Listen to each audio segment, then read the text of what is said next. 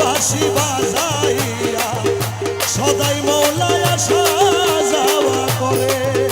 হায়রে আমার বাড়ির উপর দিয়া মোহন বাঁশি বাজাইয়া সদাই বন্ধু আসা যাওয়া করে।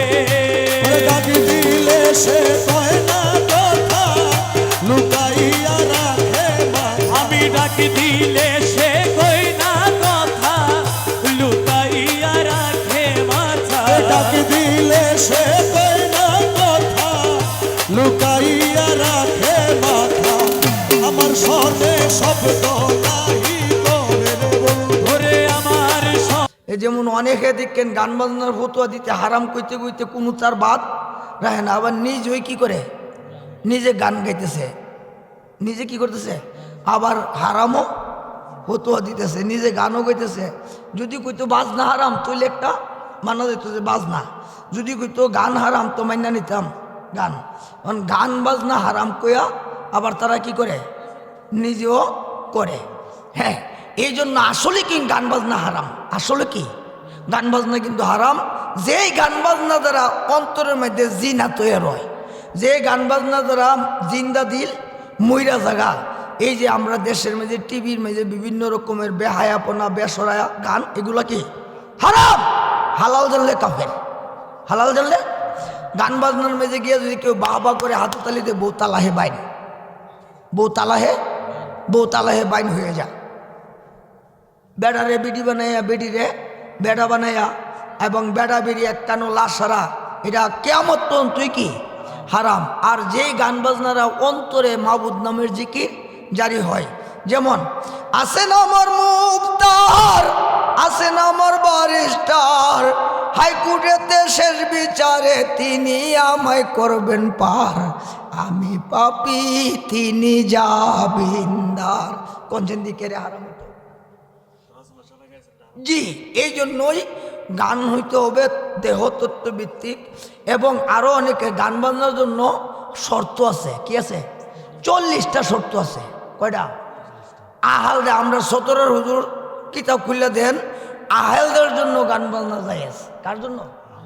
আহাল, যারা আহাল আমাদের 17 হুজুরে লিখে গেছে, আহাল যারা তাদের জন্য কি জায়েজ। আহাল যারা, আমার মুর্শিদও বলছে যে ইসলামিক গান বাজনা কিয়ামত পর্যন্ত কি হারাম, এটা হালাল বলার কোনো অধিকার নাই। অথচ এটা দেখেন প্রত্যেকের ঘরে ঘরে আছে, প্রত্যেকের যে এটা হারাম।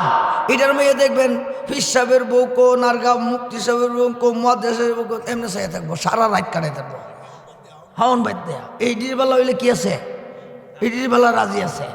এইগুলা হারাম, এগুলা কি হারাম। যাই হোক, পারতাম না, সময় অভাবে তো ওই কথাটা ছিল শেষ। আপনারা আমি একটা কথার প্রসঙ্গে কথাটা শেষ করে দিছি।